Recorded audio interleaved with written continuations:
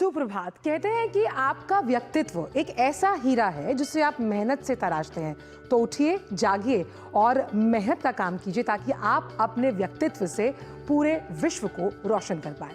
नमस्कार, आप देख रहे हैं हमारा सुबह का मॉर्निंग प्राइम टाइम नया सवेरा। मैं हूं आंचल गुलाटी गुंबर और एक नए तेवर और कलेवर के साथ हम हाजिर हैं और बात करते हैं अगर हम तमाम खबरों की, तो नेशनल हेराल्ड का जिन जो है वो एक बार फिर से बाहर निकल आया और रॉबर्ट वाड्रा की मुश्किलें भी कम होने का नाम नहीं ले रही। अंतर्राष्ट्रीय खेल जगत और कारोबार जगत के साथ साथ ग्लैमर वर्ल्ड में क्या कुछ खास है आपके लिए, ये सभी जानेंगे अगले घंटे में। लेकिन सबसे पहले शुरुआत करते हैं इस वक्त की टॉप स्टोरीज यानी कि हेडलाइंस के साथ। नेशनल हेराल्ड केस में ईडी ने सोनिया और राहुल गांधी को बनाया आरोपी। देश भर में आज कांग्रेस का प्रदर्शन, बीजेपी का गांधी परिवार पर निशाना।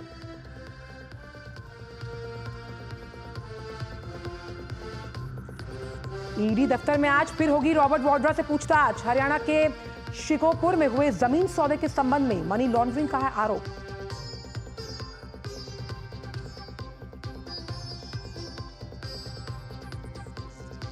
नए वक्फ कानून के विरोध का रोड मैप तैयार करने के लिए आज मुफ्तियों और मौलवियों से मिलेगी ममता बनर्जी।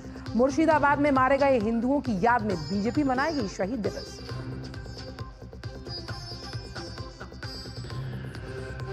संशोधित वक्फ कानून के खिलाफ दायर याचिकाओं पर सुप्रीम कोर्ट में सुनवाई आज। कानून को बताया गया राजनीति से प्रेरित। किरेन रिजिजू ने कहा, मुस्लिम समाज की बेहतरी के लिए है ये कानून।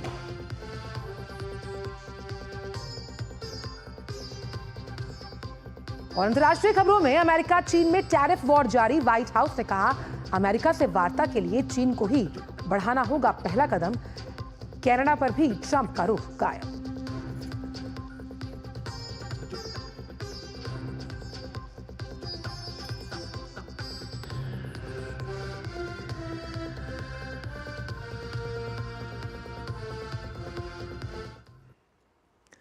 और आइए बात करते हैं सबसे पहले खबरों में नेशनल हेराल्ड केस की, जिसका जिन एक बार फिर से बाहर आ गया।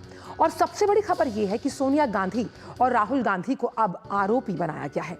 जी हां, ईडी ने नेशनल हेराल्ड मामले से जुड़ी जो मनी लॉन्ड्रिंग का केस है उसमें कांग्रेस नेता सोनिया गांधी और राहुल गांधी के खिलाफ चार्जशीट दाखिल की और ये बड़ी बात है। राउज एवेन्यू कोर्ट में ये चार्जशीट फाइल की गई है। चार्जशीट में आरोप लगाया गया कि यंग इंडियन लिमिटेड के जरिए नेशनल हेराल्ड की संपत्तियों का दुरुपयोग कर मनी लॉन्ड्रिंग की गई। इस केस की अगली सुनवाई 25 अप्रैल को होगी, तब कोर्ट इस पर संज्ञान लेगा। कांग्रेस इस बदले की राजनीति और धमकी के तौर पर इसे देख रही है। कांग्रेस नेता जयराम रमेश का मानना है कि नेशनल हेराल्ड की संपत्ति जब्त करना कानून के शासन के नाम पर राज्य प्रायोजित अपराध है। करीब 2000 करोड़ रुपए के घोटाले से जुड़े इस मामले में गांधी परिवार सवालों के घेरे में है। इस मामले में ईडी सोनिया गांधी और राहुल गांधी से पहले ही पूछताछ कर चुकी है। तो आखिरकार ये नेशनल हेराल्ड का जो पूरा मामला है, आखिर ये क्या है, आइए पहले उसे समझते हैं। तो ये मामला है 20 नवंबर 1937 का और 1938 में नेहरू ने नेशनल हेराल्ड अखबार की शुरुआत की थी। आखिरकार ये अखबार जो था ये कई दशकों पहले शुरू किया गया और इस अखबार के शुरू होने से ही हम मान सकते हैं कि ये पूरा मामला क्या है। कांग्रेस की नीतियों को प्रसारित करना नेशनल हेराल्ड अखबार का प्रमुख मकसद था, जिसकी वजह से इस अखबार को शुरू किया गया। नेशनल हेराल्ड को 1962 में दिल्ली मथुरा रोड पर जो जमीन है,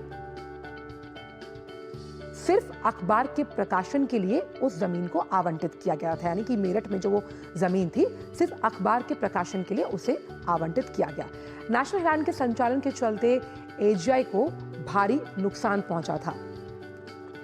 2008 में नेशनल हेराल्ड का प्रकाशन बंद कर दिया गया क्योंकि मुनाफे में नहीं चल रहा था अखबार।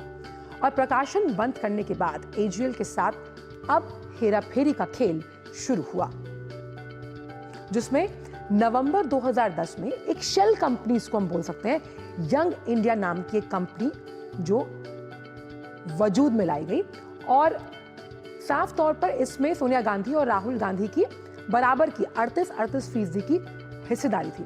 गांधी परिवार की अगर बात करें तो यंग इंडियन के हिसाब से 76% शेयर जो थे वो उनके पास थे। यानी ये सारा खेल जो है वो पैसे को लेकर है।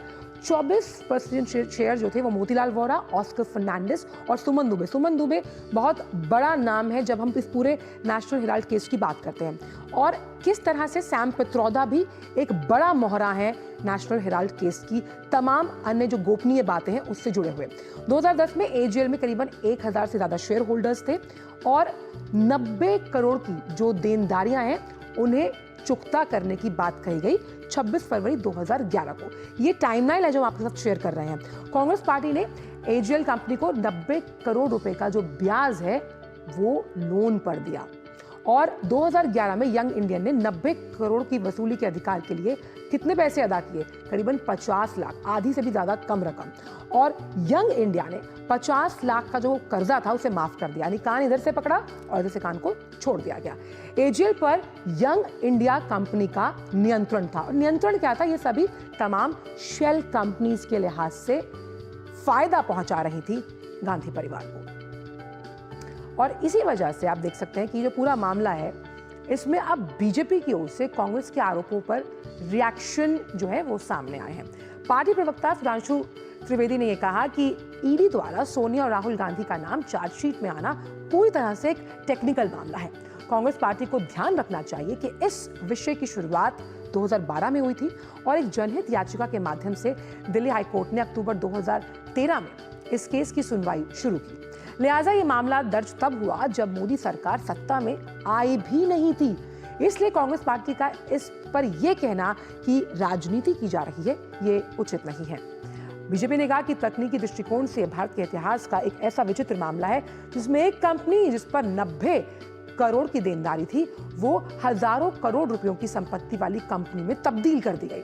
बीजेपी ने यह भी पॉइंट उठाया कि कांग्रेस पार्टी के माध्यम से उस कंपनी में 76% शेयर केवल राहुल गांधी और सोनिया गांधी के पास थे। बीजेपी के अनुसार इसका सीधा अर्थ यह है कि करीबन 3/4 से अधिक स्वामित्व केवल इन्हीं के पास था, यानी राजनीतिक रूप से यह भी एक स्पष्ट संकेत है।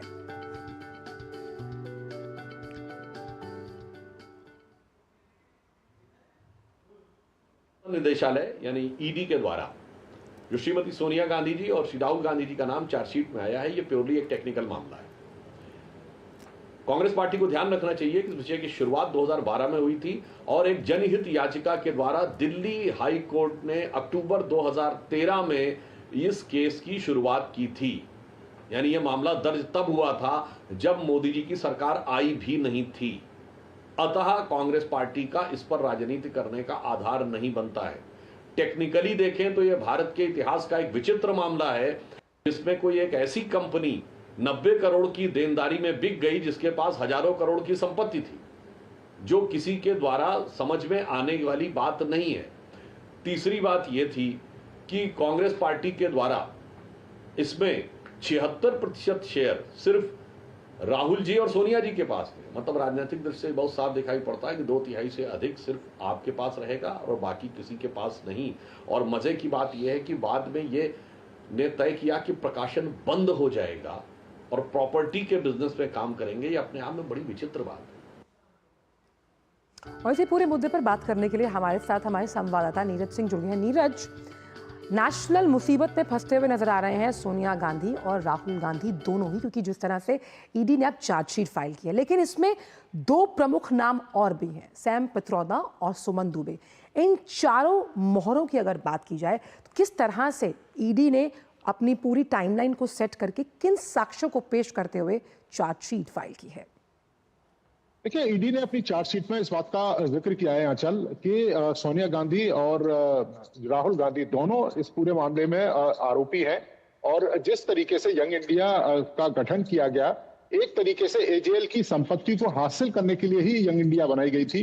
और आप देखें कि मात्र 50 लाख रुपए यंग इंडिया के द्वारा नेशनल हेराल्ड को दिया जाता है, और जो सारी संपत्तियां नेशनल हेराल्ड की वो यंग इंडिया के नाम हो जाती हैं। आप आज की डेट में भी आंचल देखें, चाहे दिल्ली में आईटीओ स्थित जो प्रॉपर्टी है, इसके अलावा लखनऊ में है, मुंबई में जो प्रॉपर्टी है, लाखों रुपए का किराया हर महीने इन संपत्तियों से आता है, और ये अभी तक यंग इंडिया के खाते में जाता रहा है। और यंग इंडिया किसके पास है? सबको पता है कि 38-38% की शेयर होल्डर सोनिया गांधी और राहुल गांधी है। तो यंग इंडिया का पर पूरा अधिकार उनका है।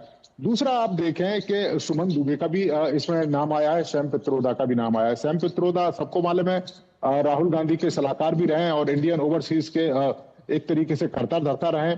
सुमन दुबे राजीव गांधी फाउंडेशन उससे जुड़े रहे हैं।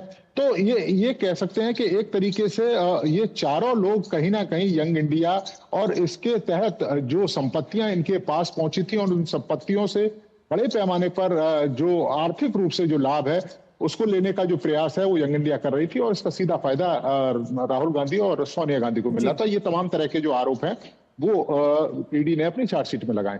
आप देखें कि ईडी ने जो चार्जशीट दायर की है उससे पहले ही जब ये तमाम प्रॉपर्टियां ईडी ने सीज करी थी तो उन प्रॉपर्टियों पर कब्जे की प्रक्रिया भी करीब करीब शुरू कर दिया। ईडी ने एक नोटिस भी लगाया है और ये कहा गया है कि इन संपत्तियों में जो एक तो आईटीओ स्थित है और लखनऊ और मुंबई में जो संपत्ति स्थित है कि इससे अपना जो सामान है वो यहाँ से निकाल है। जो भी इसमें किराएदार रह रहे हैं, जो भी जिन्होंने किराए इस प्रॉपर्टी को रखा है, तो अब वो तमाम संपत्तियां आने वाले समय में ईडी के साथ अटैच हुई। इससे पहले ईडी ने सीज करी थी वो प्रॉपर्टियां। तो एक तरीके से अब चार्जशीट इसमें दाखिल करी है।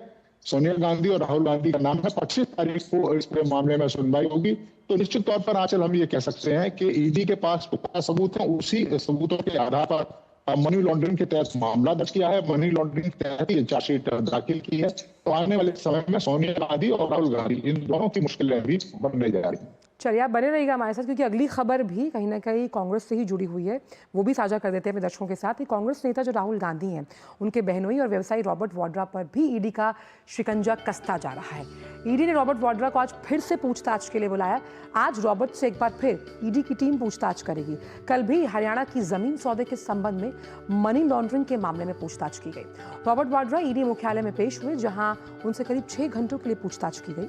उनका बयान धन शोधन निवारण अधिनियम यानी कि पीएमएलए के तहत दर्ज किया गया। उसी पर नीरज से एक बार जानकारी दे। नीरज, लगता है कि ईडी का शिकंजा अब रॉबर्ट वाड्रा पर भी कसता जा रहा है, क्योंकि मुश्किलें रॉबर्ट वाड्रा के लिए भी बढ़ती हुई, जहां पर उन्हें कई सवालों के जवाब देने और जमीन से जुड़े कई ऐसे सौदे पहले भी कर चुके हैं रॉबर्ट वाड्रा, जिनकी वजह से वो मुश्किलों में फंसते नजर आए हैं। इसी सवाल का जवाब नीरज आपसे लूंगी, लेकिन एक बार अपने दर्शकों को टाइमलाइन समझाएं कि रॉबर्ट वाड्रा पर कैसे जो उनकी कंपनी है स्काईलाइट हॉस्पिटैलिटी, उस पर यह आरोप है, उस पर ही जमीन के सौदे को लेकर शिकंजा कसा गया। 2008 का मामला है, जब गुड़गांव में शिकोपुर में करीबन 3.5 एकड़ की जमीन को 7.5 करोड़ रुपए में खरीदा गया। वहीं इसी जमीन को 58 करोड़ रुपए में डीएलएफ को बेच दिया गया था, जो डील हुई थी। और तोरू निवासी सुरेंद्र शर्मा ने स्काईलाइट हॉस्पिटैलिटी है उस पर धोखाधड़ी का आरोप लगाया। रॉबर्ट वाड्रा पर अवैध तरीके से 50 करोड़ रुपए कमाने का आरोप है, यानी कि जो जमीन बेची गई उसमें से जो मुनाफा मिला उससे ज्यादा पैसा रॉबर्ट के खाते में गया। हरियाणा के पूर्व मुख्यमंत्री भूपेंद्र हुड्डा भी इसमें आरोपी है, यानी बिना राजनीतिक रसूख के मुमकिन था ही नहीं। 1 सितंबर 2018 को ये मामला जो है उसे कानूनी तौर पर दर्ज किया गया और आईपीसी की जो धारा है, यानी कि अब बीएनएस की जो धारा है, धोखाधड़ी, साजिश रचने और जालसाजी का केस है।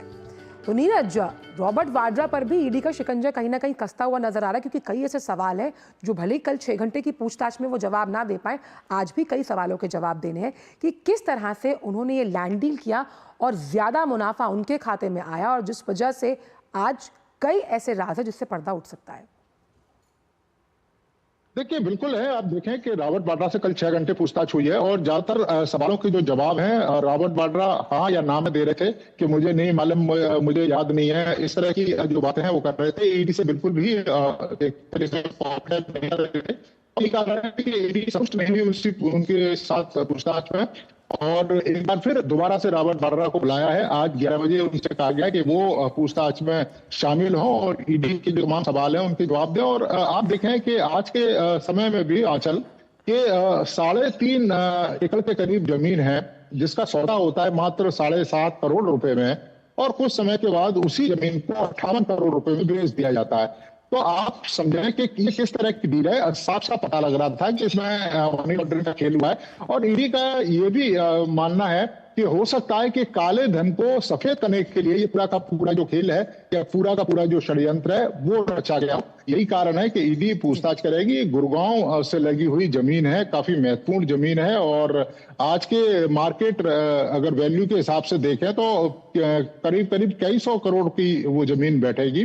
तो इस लिहाज से उनसे पूछताछ जरूरी है। तो ईडी ने बुलाया है, 11 बजे पहुंचेंगे रॉबर्ट वाड्रा। बिल्कुल, लेकिन नीरज लगातार कांग्रेस का ये कहना है कि उनकी चुप्पी को कोई कमजोरी न समझे और सत्यमेव जयते, और अगर इस तरह से पैसे अपने अकाउंट में डालने को सत्यमेव जयते कहा जाता है तो फिर मान लिया जाए कि कांग्रेस पार्टी ने सिवाय भ्रष्टाचार के कुछ नहीं किया। अब देखिए, सत्यमेव जयते कांग्रेस पार्टी भले ही एक्स पर लिख रही है, लेकिन आप देखें कि ये सत्यमेव जयते ही है कि रॉबर्ट ईडी के मामले में आप देखें कि जो कोर्ट है उनकी जमानत पर ही हैं ये लोग। ऐसा नहीं है कि न्यायालय ने इनको क्लीन चिट दे दिया। और सत्यमेव जयते अगर आप दोषी नहीं है, आपने कोई किसी तरह का करप्शन नहीं किया है, नेशनल हेराल्ड में सोनिया गांधी और राहुल गांधी दोनों ही आप देखें कि जमानत पर हैं, और अगर आप पाक साफ हैं तो आप काहे नहीं कोर्ट के सामने तमाम तथ्यों को, तमाम सबूतों को रख दें। आपके ऊपर अगर कोई आरोप लगता है तो आप उस सिलसिलेवार तरीके से उन आरोपों का जवाब देते और कोर्ट के सामने आप अपनी दलीलें पेश करते। लेकिन वो दलीलें एक्स पर पेश होती हैं, वो दलीलें धरना प्रदर्शन के रूप में पेश होती हैं। वो दलीलें सोनिया गांधी, राहुल गांधी को बचाने के लिए कांग्रेस के जो लोग हैं पूरे देश भर में धरना प्रदर्शन करते हैं। तो इस तरह की ये दलीलें, मुझे लगता है कि इससे कोई बहुत ज्यादा फर्क केस पर नहीं पड़ेगा।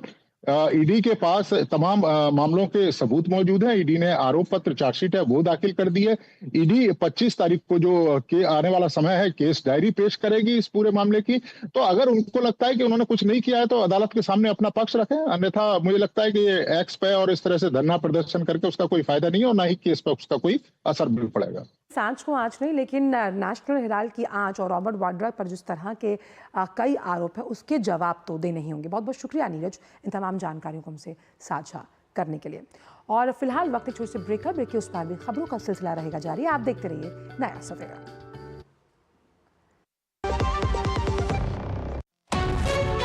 विभाग अनेक, कंप्लेंट बॉक्स एक। किसी भी सरकारी दफ्तर, विभाग या बैंक से जुड़ी शिकायत के लिए pgportal.gov.in पर जाएं, रजिस्टर करें, संबंधित विभाग चुनें, शिकायत दर्ज करें और ट्रैकिंग आईडी नोट करें।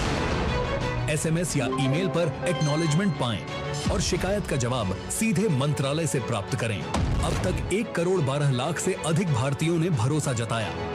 सीपी ग्राम्स, आपकी हर शिकायत का हल। अभी शिकायत दर्ज करें pgportal.gov.in।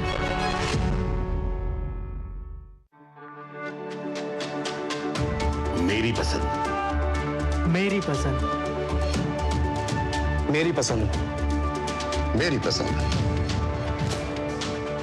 हमारी पसंद, हम सबकी पसंद। मजबूत देश का मजबूत सरिया हो गया स्टील।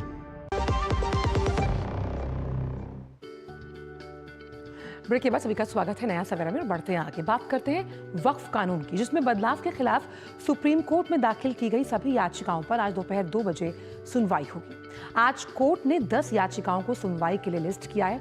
इन याचिकाओं में यह कहा गया कि अदालत उनकी बातों पर जल्द गौर करे, क्योंकि ये कानून राजनीति से प्रेरित है, जिसमें AIMIM प्रमुख ओवैसी, आप नेता अमानतुल्लाह खान, जमीयत उलेमा-ए-हिंद अध्यक्ष Arshad Madani, association for the protection of civil rights समेत केरल जमीयतुल उलेमा अंजुम कादरी, तैयब खान सलमानी, मोहम्मद शफी, मोहम्मद फजलुर रहीम, आरजेडी सांसद मनोज झा की याचिका शामिल है। हालांकि सुप्रीम कोर्ट में 70 से ज्यादा याचिकाएं दाखिल हुई, जिनमें वक्फ संशोधन कानून 2025 की जो वैधानिकता है उसे चुनौती दी गई है। ज्यादातर याचिकाएं कानून के विरोध में हैं, हालांकि कुछ याचिकाओं में कानून का समर्थन किया गया। 2 याचिकाएं ऐसी भी हैं जिसमें वक्फ के मूल कानून वक्फ एक्ट 1995 को ही चुनौती देते हुए रद्द करने की मांग की गई। प्रधान न्यायाधीश न्यायमूर्ति संजीव खन्ना, न्यायमूर्ति संजय कुमार और न्यायमूर्ति KV विश्वनाथन की बेंच मामले की सुनवाई करेगी। इस मामले में केंद्र सरकार ने भी सुप्रीम कोर्ट में कैविएट याचिका दायर की है। याचिका में केंद्र ने कोर्ट से अपील की कि वो इस मामले में कोई भी आदेश पारित करने से पहले केंद्र सरकार की दलील को सुने। केंद्र सरकार का कहना है कि अदालत को बिना सुनवाई के कोई एक तरफा आदेश पारित नहीं करना चाहिए। केंद्र सरकार ने कैविएट याचिका में स्पष्ट किया कि उसे इस महत्वपूर्ण मामले में अपना पक्ष रखने का पूरा अवसर मिलना चाहिए, ताकि अदालत द्वारा कोई भी निर्णय पारित करने समय केंद्र की दलील भी शामिल हो। 7 राज्यों की सरकारें राजस्थान, हरियाणा, मध्य प्रदेश, असम, उत्तराखंड, महाराष्ट्र और छत्तीसगढ़ ने सुप्रीम कोर्ट में हस्तक्षेप अर्जी दाखिल कर वक्फ संशोधन कानून का समर्थन किया। संसद के दोनों सदनों से बजट सत्र में पारित वक्फ संशोधन विधेयक 2025 को राष्ट्रपति द्रौपदी मुर्मू की मंजूरी मिल चुकी है और इस संबंध में गेजेट अधिसूचना जारी होने के साथ ही वक्फ अधिनियम 1995 का नाम बदलकर unified Waqf management empowerment efficiency and development अधिनियम 1995 कर दिया गया। मोदी कैबिनेट में अल्पसंख्यक मामलों के मंत्री किरेन रिजिजू ने फिर से कहा कि संशोधित वक्फ कानून मुसलमानों के हित में है। कोच्चि में उन्होंने मुस्लिम समाज से अपील करते हुए कहा कि वो कांग्रेस और कम्युनिस्ट पार्टियों का वोट बैंक ना बने, क्योंकि वोट बैंक बनने के बाद उनके हितों के साथ गलत व्यवहार किया जाएगा। साथ ही किरेन रिजिजू ने ये नए वक्फ कानून के फायदे भी गिनाए और कहा कि किसी को भी जबरदस्ती और एक तरफा तरीके से किसी की जमीन छीनने का कोई प्रावधान नहीं है, इसलिए पहले ही सरकारों द्वारा की गई गलतियों को सुधारने के लिए कानून बनाया गया है।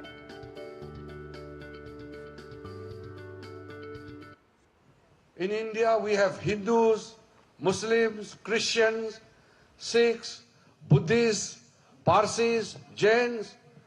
We must have laws which treats equal. We must have provisions which should take care of everybody. But unfortunately in our country, there was one law, the Waqf bill, which we have changed. This law, the Waqf Act, which was in existence in India, had given uncontrolled, unprecedented power to the Waqf board to declare any land as Waqf property. We have finished that provision. From now onwards, nobody can claim any property and land as Waqf property. और इसी मुद्दे पर ज्यादा बातचीत के साथ विकास सारथी हमारे साथ जुड़े। विकास, वक्फ को लेकर जो तमाम याचिकाएं दाखिल की गई हैं, इसमें क्या कुछ हो सकता है आज कोर्ट में? आंचल, देखिए, जहां तक आज की कार्रवाई की बात करें तो नोटिस सुप्रीम कोर्ट जारी कर सकता है जो केंद्र सरकार है उसको, और क्योंकि इसमें बहुत सारे स्टेट्स भी हैं जो इस कानून के समर्थन में आए हैं, तो इसको कोर्ट 2 हिस्सों में बांट सकता है कि वो याचिकाएं जो इस कानून के खिलाफ हैं और वो याचिकाएं जो इस कानून का समर्थन कर रही हैं। उसके बाद इसकी सुनवाई कब से होनी चाहिए, कितना टाइम किसको अलॉट करना चाहिए, और जैसा अभी आप बता रही थी कि 70 से ज़्यादा याचिकाएं सुप्रीम कोर्ट के सामने हैं, तो जिनमें प्रेयर्स रिपीटेटिव हैं, क्या उनको उसमें क्या करेगा कोर्ट की एक नोडल वकील को नियुक्त कर सकता है कि वो केवल इस आधार पर समय का अलॉटमेंट होगा कि इश्यूज क्या हैं, ना कि हर याचिकाकर्ता एक ही बात को दोहराता रहे। तो क्योंकि इस मामले में इतने सारे याचिकाकर्ता अब हो गए हैं, कोर्ट एक आगे आने वाले दिनों में सुनवाई के लिए खाका तैयार कर सकता है। कितनी बड़ी बेंच इस मामले की सुनवाई करे, इसको लेकर के भी आज चर्चा हो सकती है। और जैसा कि आपने अभी थोड़ी देर पहले खुद कहा भी था कि केंद्र ने भी इसमें कैविएट दाखिल की हुई है, तो केंद्र के रुख को भी सुप्रीम कोर्ट को पहले सुनना होगा इससे पहले कि कोई अंतरिम आदेश पारित किया जाए, क्योंकि ज्यादातर याचिकाकर्ता जो इस कानून के खिलाफ हैं वो ये भी चाहते हैं कि इसके तुरंत अमल पर रोक लगा दी जाए, क्योंकि अगर इस पर कार्रवाई जारी रही और अमल जारी रहा तो कुछ ऐसे परिवर्तन हो जाएंगे जिनको आगे चल के बदला नहीं जा सकता। इसीलिए वो एक इंटरिम स्टे की बात कर रहे हैं, हालांकि जिसकी संभावना यहाँ पर न्यूनतम दिख रही है आंचल, क्योंकि जब भी सुप्रीम कोर्ट में कोई संसद से पारित कानून आता है तो पहले सुनवाई ये मानकर की जाती है कि ये ठीक होगा, क्योंकि पार्लियामेंट कंपिटेंट है इस तरह का लॉ बनाने के लिए। तो सुप्रीम कोर्ट ये एज्यूम करता है कि ये कॉन्स्टिट्यूशनल है और इसमें कोई अगर प्रावधान असंवैधानिक है तो उसको लेकर के चर्चा की जरूरत है। तो अंतरिम स्टे की मांग लगता नहीं है कि सुप्रीम कोर्ट में पूरी हो पाएगी। आने वाले दिनों में क्या खाका होगा सुनवाई का, ये आज साफ हो सकता है। वही विकास, कैविएट को दाखिल करना केंद्र के द्वारा, इसका क्या अभिप्राय है? यानी कि इस कैविएट को दाखिल करने से केंद्र अपनी बात किस तरह से कोर्ट के आगे रख सकता है? देखिए, कई बार कुछ मामलों में क्या होता है कि कोर्ट पहली ही सुनवाई पर नोटिस के साथ इंटरिम स्टे भी दे देता है। जब भी कोई पक्षकार कैविएट दाखिल करता है तो उसकी सीधी दलील ये होती है कि इस मामले में पहले उसको सुना जाए, ना कि याचिकाकर्ता की मांग को तुरंत मान लिया जाए। जो यहाँ पर जो मुख्य 10 याचिकाएं हैं, जिसमें बाद में और आईए आई हैं और कुछ अलग से पिटीशन आई हैं, इन सभी में ये कहा गया है, जो इस कानून के खिलाफ है उनमें ये कहा गया है कि इसके अमल पर भी सुप्रीम कोर्ट तुरंत रोक लगा दे। जाहिर है केंद्र ये नहीं चाहता और केंद्र इसको लेकर के अपनी दलीलें भी रखना चाहता है कि इंटरिम स्टे का मामला क्यों नहीं बनता है, और इसीलिए इस कैविएट के साथ यहाँ पर यूनियन ऑफ इंडिया यहाँ पर पहले से मौजूद है। सुनवाई से पहले उन्होंने यहाँ पर अपनी उपस्थिति दर्ज करा ली है कि वो भी अपनी बात को यहाँ पर रखेंगे। और आंचल, ये सुनवाई बहुत लंबी होगी, ऐसे ही उम्मीद हम लगा रहे हैं, क्योंकि आप देखें 7 स्टेट्स भी इसमें हैं। अब इन स्टेट्स के जो एडवोकेट जनरल या एडिशनल एडवोकेट जनरल ये भी बहस करेंगे, और राज्य हैं तो उनको पूरा समय सुप्रीम कोर्ट देगा अपनी बात रखने के लिए। तो सुनवाई काफी लंबी हो सकती है, और जो अंतरिम स्टे मांग रहे हैं उसकी संभावना यहाँ पर लगता नहीं है आंचल कि सुप्रीम कोर्ट तुरंत दे देगा। सुनवाई लंबी चलेगी, खाका क्या होगा, बेंच क्या होगी, इन सब चीजों पर आज कुछ एक प्रकाश कोर्ट डाल सकता है आने वाले दिनों में किस तरह से ये सुनवाई होगी। लेकिन विकास, यहाँ पर एक याचिका ये भी कहती है कि जो उसका मूल एक्ट था, यानी 1995 का जो एक्ट है, वो ही नल एंड वॉइड हो सकता है।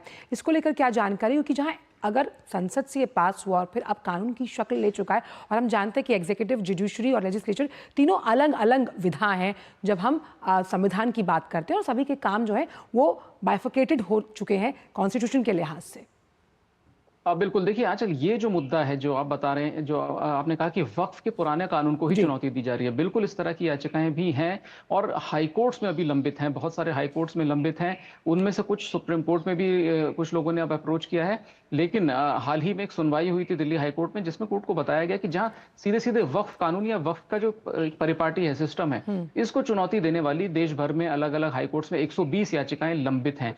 वो लोग सीधे ये कह रहे हैं उन याचिकाओं में कि ये वक्फ की व्यवस्था ही गलत है, क्योंकि वक्फ ट्रिब्यूनल बनाना या किसी रिलीजियन में एक ऐसी बॉडी बना देना जो कि प्रॉपर्टी से रिलेटेड मैटर देखे, इसको बहुत सारे लोग कहते हैं कि ये गलत है। और ये सारी चीज़ें जो हैं, जो प्रॉपर्टी से रिलेटेड जो इश्यूज हैं, वो सिविल कोर्ट कंपिटेंट है उस पर सुनवाई करने के लिए, उस पर आदेश देने के लिए। तो वक्फ की व्यवस्था, वक्फ ट्रिब्यूनल स्थापित करना, ये मूल रूप से ही गलत है। इस तरह की याचिकाएं ढेरों देश भर के हाई कोर्ट्स में लंबित हैं, और उनको भी सुप्रीम कोर्ट ट्रांसफर किया जाएगा आने वाले दिनों में। ये हाई कोर्ट में जब सुनवाई हुई थी उससे स्पष्ट हो रहा है। तो वो एक मुद्दा पहले से ही था। इस बीच में जो संशोधन विधेयक आया है, इसको लेकर के नए प्रावधानों के खिलाफ लोग आए हैं, तो उसके उन प्रावधानों के समर्थन में भी बहुत सारे लोग आए हैं। तो ये जो याचिकाएं हैं, 70 याचिकाएं, इसमें ज्यादातर नए कानून से जुड़े हुए मसले ही। अच्छा, एक चीज़ और मान लीजिए, क्योंकि कुछ याचिकाएं ऐसी भी हैं जो कानून के विरोध में, लेकिन कुछ ऐसी भी है जो कानून के विरोध में ना होकर जो एक आध संशोधन है उसके विरोध में है। ये जो डिस्टिंग्विश्ड कैरेक्टर है, ये कोर्ट, इस तरह के कई मामले पहले भी आते होंगे कोर्ट के पास, सुप्रीम कोर्ट के पास, तब किस तरह से विवेक के तौर पर फैसला लिया जाता है? देखिए आंचल, जो संशोधन विधेयक है उसमें अगर आप देखें तो मूल तौर पे 5 या 6 बड़े बदलाव किए गए हैं। तो यही 5 और 6 बड़े बदलाव इस अमेंडमेंट का आप कह सकते हैं आत्मा है। अगर इन 5-6 बदलावों को चुनौती दी जा रही है, तो यानी एक तरीके से ये याचिकाकर्ता पूरे संशोधन विधेयक को ही चुनौती दे रहे हैं। जिसमें अगर हम असदुद्दीन ओवैसी, AIMIM लीडर के पार्टी के जो लीडर हैं, उनकी याचिका पर, क्योंकि पूरा केस अभी उनके नाम से लिस्ट हो रहा है, जब भी सुप्रीम कोर्ट में सुनवाई होगी उनके नाम से ही ये केस लिस्ट होगा। उन्होंने मूल रूप से 2-3 बातें कही हैं। पहला ये उन्होंने कहा कि जो वक्फ बाय यूजेज को हटाया गया है, यानी कि पहले क्या व्यवस्था थी, अगर किसी प्रॉपर्टी का इस्तेमाल लंबे समय तक किया जा रहा है नमाज के लिए या दूसरी धार्मिक गतिविधियों के लिए, वो वक्फ बाय यूसेज हो जाता था।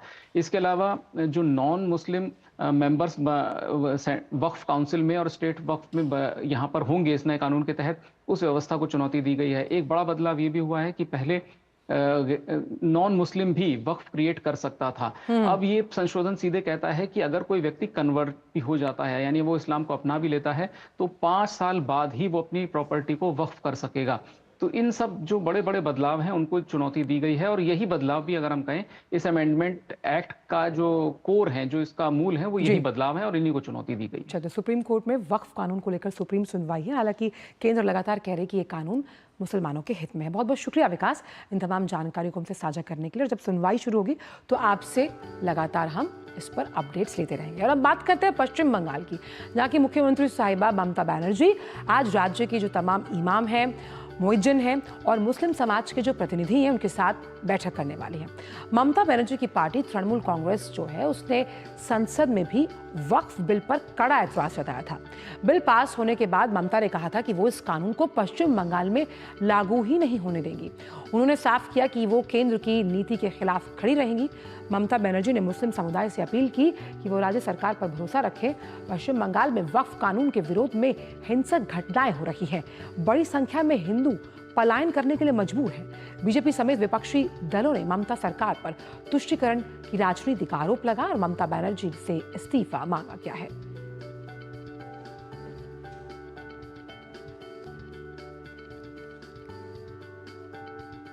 तो पश्चिम बंगाल के मुर्शिदाबाद जिले में वक्फ कानून के खिलाफ हिंसक विरोध प्रदर्शन के बाद हालात नियंत्रण में तो है लेकिन तनाव है। वक्फ कानून के खिलाफ विरोध प्रदर्शन के दौरान हिंसा में शनिवार को पिता पुत्र समेत 3 लोगों की निर्मम हत्या कर दी गई थी। भाजपा ने इन लोगों की याद में आज शहीदी दिवस मनाने का आयोजन रखा है और इस बीच केंद्रीय मंत्री किरेन रिजिजू ने बंगाल की सीएम पर राज्य में हिंसा भड़काने का आरोप लगाया। केंद्रीय मंत्री ने कहा कि एक राज्य की मुख्यमंत्री कैसे कह सकती हैं कि वो अपने राज्य में वक्फ कानून लागू नहीं करेगी जबकि वो एक संवैधानिक पद पर बैठी हुई हैं।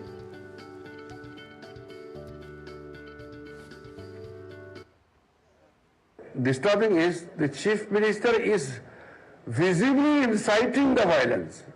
If chief minister herself is telling the people to protest, if chief minister is telling that she will not follow the act passed by the parliament, this amounts to inciting violence. Remember, law and order is a state subject. Now the chief minister who is in charge of the law and order incites violence, it is trouble for himself or herself. After all, she has to contain and maintain the law and order. तो ममता बनर्जी पिछले कई दिनों से सवाल उठा रही हैं BJP पर। आज जब वो मुस्लिम समुदाय के प्रतिनिधियों से मिलेंगी तो उसके क्या मायने हैं, आखिर वो क्यों हिंदुओं के पलायन पर चुप हैं, ये एक बड़ा सवाल है। और इस बीच संसद में बने कानून का विरोध करना कितना सही या गलत है, ये अहम बात है। क्योंकि जिस तरह से विकास आरती भी कहते हैं कि कोर्ट भी मानता है कि संसद से जो कानून पास हो गया वो बहुत अहम है। कहां तक जाएगी टीएमसी, यानी कि वोट बैंक की राजनीति को लेकर कहां तक जाएगी, खुद एक बड़े संवैधानिक पद पर ममता बनर्जी काबिज हैं। और मुख्यमंत्री का ये रुख जो है ये कई सवाल छोड़ता है कि क्या केंद्र की नीतियों पर भरोसा नहीं है पश्चिम बंगाल की मुख्यमंत्री साहिबा को। बंगाल में लागू ही नहीं होगा वक्फ का कानून, ये पेच फंसा रही हैं ममता बनर्जी। और आज मुस्लिम समुदाय के साथ मुलाकात का भी कार्यक्रम है ममता बनर्जी का, और तमाम जो इमाम हैं, मुइज्जन हैं, उनसे मुलाकात करने का कार्यक्रम है ममता बनर्जी का। और हालांकि जो हिंसक घटनाएं हुई हैं वक्फ कानून को ना लागू करने के लिए, उस वजह से हिंदू पलायन करें, लेकिन इस सवाल पर ममता बनर्जी ने चुप्पी ओढ़ी हुई है।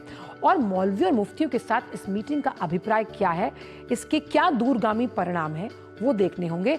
नए वक्फ कानून में ऐसा कुछ भी नहीं, फिर भी ममता सरकार आखिरकार क्यों डर रही है। मुसलमानों की चिंता है लेकिन हिंदुओं का क्या, जबकि वो भी वोट देकर आए, आपको वोट दिया और तब आप इस कुर्सी पर काबिज हुई। मुर्शिदाबाद में पिता पुत्र समेत 3 लोगों की निर्मम हत्या कर दी गई थी। और वोट बैंक के लिए ये कैसी रक्त रंजित राजनीति चला रही है टीएमसी। मुर्शिदाबाद के जो हालात है, बीजेपी का मानना है क्योंकि वो ग्राउंड पर देख रही है, वो भयावह हैं। और बंगाल में राष्ट्रपति शासन लागू करने की मांग की गई, इसीलिए हाईकोर्ट ने भी हस्तक्षेप किया था, रिपोर्ट मांगी थी। और बंगाल में हिंदू सुरक्षित नहीं है और वहाँ की जो स्थितियां हैं जो दिखाई जा रही हैं वो नहीं बल्कि बेहद नाजुक है। राज्य के हालात पर राज्यपाल ने भी चिंता की थी और ये कहा था कि ये ममता बनर्जी सरकार पर बहुत बड़ा थप्पड़ है कि सुप्रीम कोर्ट ने हस्तक्षेप कर रिपोर्ट मांगी है। कानून व्यवस्था की स्थिति पर राजभवन की नजर है कि किस तरह से कानून व्यवस्था जो डगमगाई हुई है, चरमराई हुई है। केंद्र सरकार और गृह मंत्रालय भी सतर्क है, अलर्ट मोड पर है कि बंगाल में कुछ भी हो सकता है और हिंसा पर नियंत्रण के लिए केंद्रीय बल भी तैनात किए गए हैं।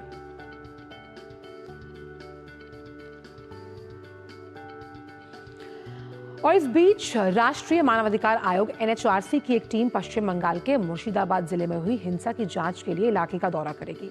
टीम जो है वो 3 सप्ताह के भीतर आयोग को अपनी रिपोर्ट सौंपेगी। ये फैसला वक्फ कानून के विरोध में हुई हिंसा के बाद लिया गया, जिसमें 3 लोगों की मौत हुई, कई और जख्मी। आयोग ने यह फैसला मानवाधिकार उल्लंघनों की शिकायतें मिलने के बाद किया। आयोग ने एक बयान जारी कर बताया कि मुर्शिदाबाद में हुई हिंसा के दौरान मानव अधिकार के उल्लंघन की कई शिकायतें उन्हें मिली।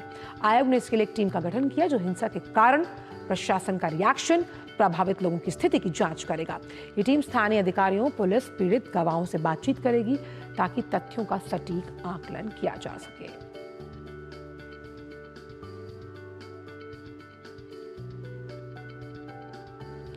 प्रधानमंत्री नरेंद्र मोदी और डेनमार्क के प्रधानमंत्री मेटे फ्रेडरिक्सन ने टेलीफोन पर बात की। दोनों नेताओं ने द्विपक्षीय संबंधों के साथ साथ वैश्विक विकास के विभिन्न पहलुओं पर चर्चा की।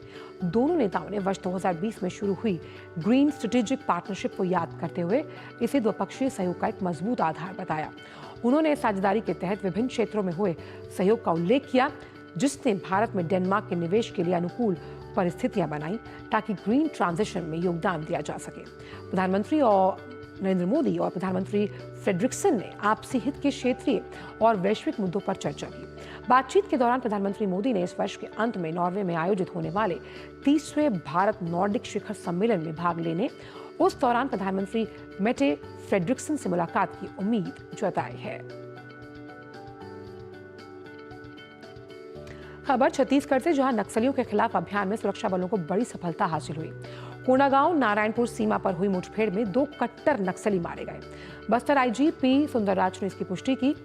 उन्होंने बताया कि मारे गए दोनों नक्सलियों के शव बरामद कर लिए गए हैं। उनके पास से AK-47 बरामद की गई। फिलहाल इलाके में सुरक्षा बलों की तलाशी अभियान जारी है। इस मुठभेड़ में मारे गए नक्सलियों में पूर्वी बस्तर का खूंखार माओवादी कमांडर हलदर और रामेश शामिल हैं। इन पर 13 लाख का इनाम घोषित है। वहीं सुरक्षा बल इलाके को घेरे हुए हैं और सर्च अभियान जारी है। दरअसल फोर्स की कार्रवाई से नक्सल संगठन खौफ में है और पहाड़ियों में विस्फोटक सामान छिपाकर भागे फिर रहे हैं। सरकार द्वारा चलाई जा रही मुहिम के तहत जवानों द्वारा स्थानीय सूचना तंत्र को मजबूत किया गया है, जिसके परिणाम के तौर पर यह सफलता मिल रही है। खबर उत्तर प्रदेश से, जहां के संबल में चंदौसी में राजस्व विभाग ने सरकारी तालाब की जमीन को अवैध कब्जा मुक्त करवाया। चंदौसी के बनियाखेड़ा विकासखंड की ग्राम पंचायत जनेटा में दरगाह शरीफ की शिकायत मिलने के बाद रेवेन्यू डिपार्टमेंट की टीम वहां पहुंची और राजस्व विभाग ने दरगाह से थोड़ी दूर स्थित सरकारी तालाब की जमीन की नापतोल की, जिसमें सरकारी तालाब की 100 बीघा जमीन में से 40 बीघा जमीन पर लोगों ने अवैध रूप से कब्जा कर खेती शुरू की हुई थी।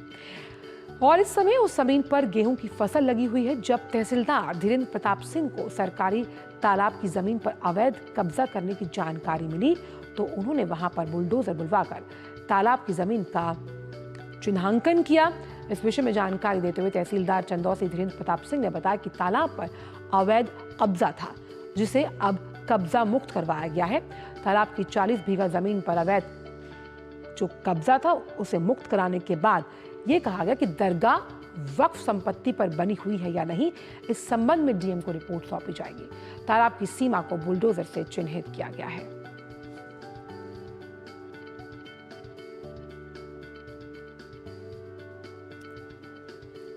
यहाँ पर जो तालाब पर कब्जा पाया गया था उसको कब्जा मुक्त करा लिया गया है और उसमें जो फसल पाई गई और जो भूसा पाया गया उसको ब्लॉक में भिजवा दिया गया। और जहाँ तक दरगाह का मैटर है, इसके बारे में यह वक्फ संपत्ति है या नहीं, मुतवल्ली जो इस समय कहा जा रहा है वो है या नहीं, इसके संबंध में हम जिलाधिकारी महोदय को रिपोर्ट भेजेंगे। वो दोनों पक्षों को सुन करके उसके हिसाब से आदेश पारित किया जाएगा। लगभग 40 बीघे पर कब्जा। भारत से आज यात्रा पर जाने वाले तीर्थयात्रियों का कोटा बढ़ाकर इस साल 1,75,000 कर दिया गया। 2014 में ये संख्या 1,36,000 थी। अल्पसंख्यक मामलों के मंत्रालय ने एक बयान जारी कर बताया कि भारत की हज समिति मुख्य कोटा के तहत 1,22,000 से ज्यादा तीर्थयात्रियों की यात्रा का प्रबंध कर रहा है। मंत्रालय ने यह भी बताया कि सऊदी अरब के दिशा निर्देशों के अनुरूप उड़ान, परिवहन, मीना शिविर और रहने की व्यवस्था और अन्य सेवाओं सहित सभी आवश्यक तैयारियां पूरी कर ली गई और बाकी कोटे में आने वाले तीर्थयात्रियों की यात्रा का प्रबंध जो है उसका जिम्मा निजी टूर ऑपरेटर्स को दिया गया है। इस वर्ष अल्पसंख्यक मामलों के मंत्रालय की ओर से 800 से ज्यादा निजी टूर ऑपरेटर्स को संयुक्त हज समूह संचालक कहलाने वाली 26 कानूनी संस्थाओं में शामिल किया गया। कानूनी समस्याओं का समाधान करते हुए मंत्रालय की ओर से इन 26 संयुक्त हज समूह संचालकों को हज कोटा का आवंटन भी किया गया। बावजूद इसके वो सऊदी अधिकारियों द्वारा निर्धारित समय सीमा का पालन करने में विफल रहे थे। हालांकि भारत सरकार के हस्तक्षेप के बाद सऊदी हज मंत्रालय ने मीना में वर्तमान स्थान की उपलब्धता के आधार पर 10,000 तीर्थयात्रियों के संबंध में अपना काम पूरा करने के साथ साथ सभी संयुक्त हज समूह संचालकों के लिए हज पोर्टल को फिर से खोलने पर सहमति जताई है। खबर एक बार फिर उत्तर प्रदेश से, जहां सरकार ने बड़े स्तर पर वरिष्ठ अधिकारियों का तबादला किया। इनमें 11 आईपीएस अफसर, 16 आईएएस अफसरों के नाम शामिल हैं। मंगलवार को आए निर्देश के बाद अयोध्या और अमेठी समेत 6 जिलों के डीएम बदल दिए गए। 16 आईपीएस अधिकारियों का भी स्थानांतरण किया गया। नीलाब्जा चौधरी को लखनऊ में सीआईडी का अपर पुलिस महानिदेशक नियुक्त किया गया। अजय कुमार मिश्रा को प्रयागराज परिक्षेत्र के पुलिस महानिरीक्षक का नया भार सौंपा गया है। जे रविंद्र गौड़ को गाजियाबाद का पुलिस कमिश्नरेट बनाया गया। वहीं निखिल टिकाराम फुंडे, जो कि चंदौली के डीएम थे, अब अयोध्या का कार्यभार संभालेंगे। इनकी जगह चंदौली में चंद्रमोहन गर्ग की नियुक्ति की गई। सीरम साई तेजा को प्रयागराज का नया नगर आयुक्त बनाया गया। वहीं संजय चौहान को अमेठी के जिलाधिकारी का प्रभार दिया गया है। इसके अलावा संदीप बाघिया और को गौतम बुद्ध नगर का अपर आयुक्त नियुक्त किया गया है। वक्त एक ब्रेक का, और ब्रेक के बाद जानेंगे अखबार जगत में क्या कुछ खास है। जुड़े रहिए नया सवेरा के साथ।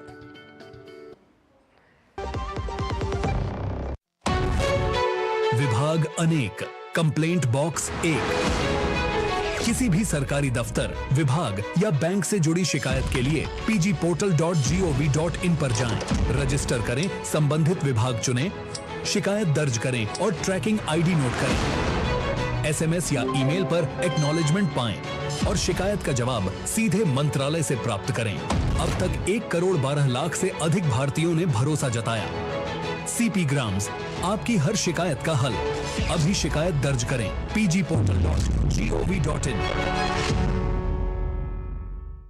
जब धरती चीर कर निकलता है लोहे का पत्थर और मिलता है मोंगिया के जोश से, फिर तपता है, पिघलता है और बनता है फौलाद। अब होता है सरिया सारी खूबियों के साथ। मोंगिया स्टील, मजबूत देश का मजबूत सरिया।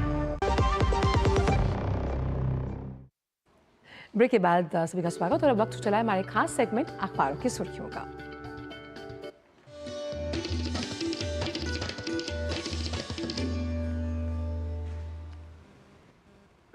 और स्टूडियो में मौजूद है मेरी सहयोगी रेशमा। क्या कुछ समेट कर लाई हैं आप अखबारों के जगत से हमारे दर्शकों के लिए? बिल्कुल आंचल, बहुत धन्यवाद हमारे साथ जुड़ने के लिए, हमें जोड़ने के लिए अपने साथ। और जो समाचार पत्र हैं उसमें कुछ खास सुर्खियां हैं जो हम लेकर आए हैं। सबसे बड़ी खबर जो हम देख भी रहे हैं कि नेशनल हेराल्ड मामला है और प्रवर्तन निदेशालय की इस पर कार्रवाई भी चल रही है और सोनिया राहुल पर चार्जशीट लगाई गई है। और यहाँ बताते चलेंगे, भाजपा नेशनल हेराल्ड मामले में सोनिया गांधी राहुल के खिलाफ आरोप पत्र दाखिल किए जाने के बाद हमलावर है और पार्टी ने कहा है कि भ्रष्टाचार और सार्वजनिक संपत्ति की लूट में शामिल लोगों के परिणाम उनको भुगतने ही पड़ेंगे। और साथ ही आपको यहाँ ये बता दें कि इस पूरी कार्रवाई पर 25 अप्रैल को कोर्ट संज्ञान लेगी। और आइए अब नज़र डाल लेते हैं अगली सुर्खी पर। ये खबर भी काफ़ी अहम हो जाती है हम सभी के लिए, क्योंकि गर्मी से बहुत जल्द राहत मिल जाएगी। इस बार सामान्य से ज़्यादा बारिश का अनुमान बताया जा रहा है और मानसून की जमकर बौछारें गिरने वाली हैं, ये बताया गया है मौसम विभाग की ओर से। मौसम विभाग का अनुमान है कि 105% बारिश होगी। जून से सितंबर के 4 महीने में 104 से 110% बारिश सामान्य से अधिक मानी जाती है। लेकिन पूर्वोत्तर और पश्चिमोत्तर भारत की बात की जाए या दक्षिण भारत की बात की जाए तो कुछ हिस्सों में कम बारिश का भी पूर्वानुमान बताया है मौसम विभाग ने। और 1 जून को केरल और 27 जून तक दिल्ली पहुंच जाएगा मॉनसून। और अब देख लेते हैं एक और अच्छी खबर है, ये भी ख़ास तौर से अगर हम दिल्ली वालों की बात करें तो दिल्ली के लिए ये काफ़ी अच्छी खबर हो जाती है, क्योंकि मॉनसून की जब जमकर बारिश हो रही है, ये भी एक अच्छी खबर। और इसके साथ ही अगली खबर पर अगर हम नज़र डालें तो आपको बता दें कि दिल्ली वालों को मिलती रहेगी मुफ्त बिजली। जी हाँ, 75% उपभोक्ताओं को इसका लाभ मिलता है। दिल्ली की मुख्यमंत्री रेखा गुप्ता की अध्यक्षता में मंगलवार को दिल्ली सचिवालय में मंत्रिमंडल की अहम बैठक हुई है, जिसमें कहा गया है कि 200 यूनिट तक बिजली बिल शून्य ही रहेगा। और साथ ही ऊर्जा मंत्री ने यह भी बताया कि आज सरकार ने बिजली सब्सिडी जारी रखते हुए 4 वर्गों को इसमें शामिल रखने की बात कही है।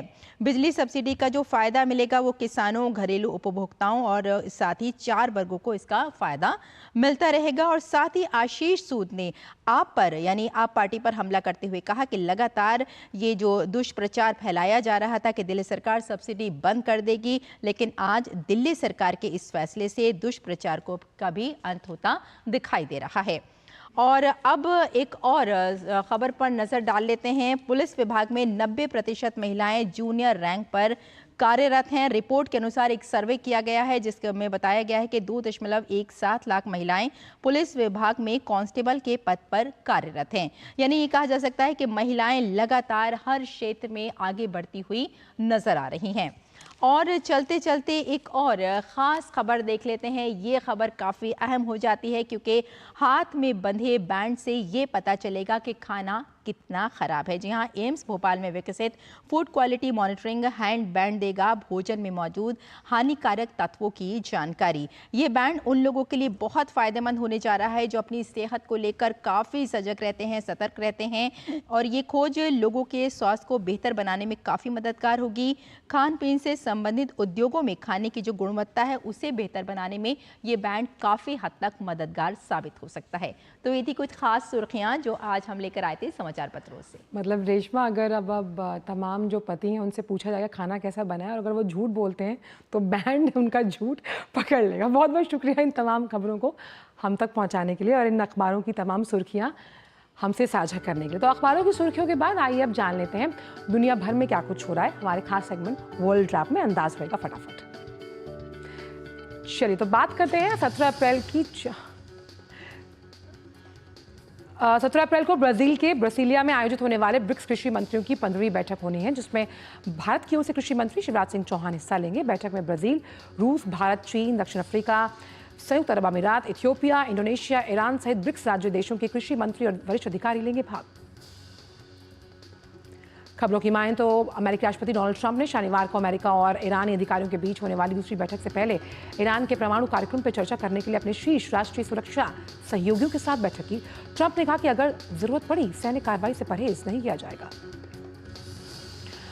व्हाइट हाउस की प्रेस सचिव कैरोलिन लेविट ने कहा कि राष्ट्रपति ट्रंप चीन के साथ व्यापार समझौते को तैयार है, लेकिन इसके लिए पहला कदम चीन को उठाना होगा। उन्होंने कहा कि गेंद अब चीन के पाले में। ट्रंप का मानना है कि कनाडा को 51वां अमेरिकी राज्य बनने का लाभ होगा। व्हाइट हाउस की प्रेस सचिव कैरोलिन लेविट ने कनाडा को अमेरिका का 51वां राज्य बनने के विचार को लेकर एक सवाल के जवाब में कहा कि ट्रंप अभी भी कनाडा पर अपने रुख को लेकर कायम है। नेपाल के बीरगंज में बीते शनिवार को हनुमान जन्मोत्सव के दौरान हुई हिंसा के बाद लगाया गया कर्फ्यू अभी रात के वक्त है और शहर में किसी तरह की सभा, बैठक, जुलूस और प्रदर्शन पर फिलहाल अगले आदेश तक प्रतिबंध जारी रहेगा। हनुमान जन्मोत्सव के दौरान शनिवार दोपहर को घंटाघर से शोभा यात्रा निकाली गई और इस दौरान कुछ असामाजिक तत्वों ने तनाव फैलाया और हिंसा भड़क उठी।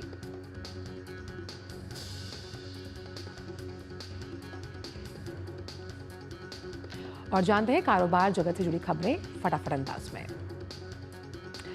फूड और किराना सामान की डिलीवरी के लिए मशहूर कंपनी स्विगी ने एक बड़ा कदम उठाया। कंपनी ने पिंग नाम का नया ऐप लॉन्च किया जो एक आर्टिफिशियल इंटेलिजेंस आधारित प्लेटफॉर्म है। इस ऐप के जरिए आप 100 से ज़्यादा क्षेत्रों के हज़ारों विश्वसनीय जो तमाम पेशेवर हैं आसानी से संपर्क कर सकते हैं। पिंग के साथ स्विगी या प्रोफेशनल सर्विसेज के बाजार में उतर चुकी है और इसका मुकाबला अर्बन कंपनी जैसे प्लेटफॉर्म्स के साथ होना है। श्रम और रोजगार मंत्रालय ने स्विगी के साथ एक एमओयू पर साइन किए। ये एमओयू राष्ट्रीय कैरियर सेवा पोर्टल के माध्यम से गिग और लॉजिस्टिक्स क्षेत्र में रोजगार के अवसरों को बढ़ाने और 2-3 वर्षों में 12 लाख से अधिक रोजगार के अवसर उत्पन्न करने की दिशा में महत्वपूर्ण कदम है। इस मौके पर केंद्रीय श्रम और रोजगार मंत्री डॉक्टर मनसुख मांडविया और केंद्रीय श्रम और रोजगार राज्य मंत्री शोभा करंदलाजे मौजूद रहीं। इरडा ने मार्च 2025 में खत्म हुई चौथी तिमाही के नतीजे जारी किए। कंपनी का अकेले इस तिमाही में मुनाफा 49% बढ़कर 502 करोड़ रुपए पहुंचा। वित्त वर्ष 2024-25 की बात करें तो इरडा ने अब तक का सबसे ज्यादा सालाना मुनाफा कमाया। कंपनी का मुनाफा 36% बढ़कर 1,699 करोड़ के पार पहुंचा। कंपनी की पूरे साल की ऑपरेशनल इनकम 36% की तेजी के साथ 6,742 करोड़ रुपए रही। Real estate consultant CBRE south Asia की रिपोर्ट के मुताबिक देश भर में लग्जरी मकानों की बिक्री में तेजी के साथ आगे बढ़ रही है। साल 2025 की पहली तिमाही में देश के टॉप 7 शहरों में लग्जरी मकानों की बिक्री में 28% की बढ़ोतरी हुई। इन 7 शहरों में दिल्ली और NCR सबसे आगे हैं। रिपोर्ट में बताया गया कि 2025 की पहली तिमाही में 4 करोड़ से ज्यादा कीमत वाले लग्जरी सेगमेंट में 1,930 यूनिट्स की बिक्री हो चुकी है। खबरें खेल जगत से हमारे फेवरेट सेगमेंट स्पोर्ट्स ट्रैक में। IPL 2025 के 31वें मैच में पंजाब किंग्स की टीम ने कोलकाता नाइट राइडर्स को 16 रन से हराया। पंजाब के 111 रनों के स्कोर के जवाब में कोलकाता की टीम 15 ओवरों में 95 रनों पर ढेर हुई। ISSF विश्व कप में भारत ने स्वर्ण, रजत और कांस्य पदकों के साथ धमाकेदार शुरुआत। सुरुचि सिंह ने मनु भाकर को पछाड़कर 10 मीटर एयर पिस्टल में गोल्ड जीता। वहीं सौरभ चौधरी ने कांस्य पदक के साथ वापसी की। ओलंपिक रजत पदक विजेता मीराबाई चानू को भारतीय भारोत्तोलन महासंघ के एथलीट आयोग का अध्यक्ष चुना गया। वहीं राष्ट्रमंडल खेलों के स्वर्ण पदक विजेता S सतीश कुमार को उपाध्यक्ष चुना गया। इन दोनों का कार्यकाल 4 साल का। और वहीं पंकज अडवाणी विश्व बिलियर्ड चैंपियनशिप के फाइनल में पहुंच चुके हैं, जहां पंकज अडवाणी ने हम वतन ध्रुव सितवाला को हराकर IBSF विश्व बिलियर्ड चैंपियनशिप के फाइनल में पहुंचने के बाद ये सफलता हासिल की। उन्होंने 2.5 घंटे तक चले सेमीफाइनल में सितवाला को 1070-300 के बड़े अंतर से हराया। क्रिस जेनकिंस ने राष्ट्रमंडल खेल अध्यक्ष पद से इस्तीफा दिया। राष्ट्रमंडल खेल के CEO कैटी सेटलर के अनुसार राष्ट्रमंडल खेल के संविधान में मौजूदा अध्यक्ष के त्यागपत्र देने पर अंतरिम अध्यक्ष नियुक्त करने का प्रावधान है और इसलिए डोनाल्ड रुकारे को इस साल नवंबर में अगली महासभा तक की भूमिका सौंपी गई है। और ये बात करते हैं मौसम से जुड़ी हुई, जहां देश की राजधानी दिल्ली और आसपास के इलाके समेत पूरे NCR में गर्मी एक बार फिर अपने तेवर दिखा रही है। पश्चिमी विक्षोभ की वजह से लोगों को गर्मी से थोड़ी राहत मिली थी, लेकिन अब मौसम पहले की तरह हो गया। वहीं राजस्थान में अगले 2 दिनों तक उष्ण लहर चलने की चेतावनी जारी की गई है। इसके अलावा गुजरात में भी गुरुवार तक गर्म हवा चलने की संभावना है। वहीं जम्मू कश्मीर, पंजाब और उत्तर पूर्वी राज्यों के लिए बारिश का येलो अलर्ट जारी किया गया। वहीं असम के लिए बारिश का ऑरेंज अलर्ट जारी किया गया है।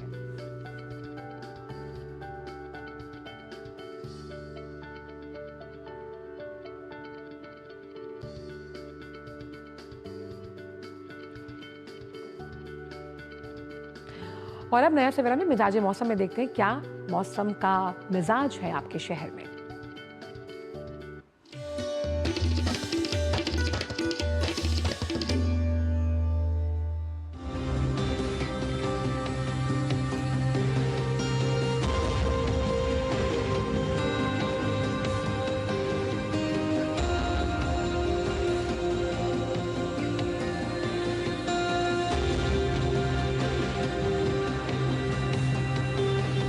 और येलो अलर्ट जारी किया गया है। आइए जानते हैं कि तमाम अन्य राज्यों में क्या है अधिकतम और न्यूनतम तापमान।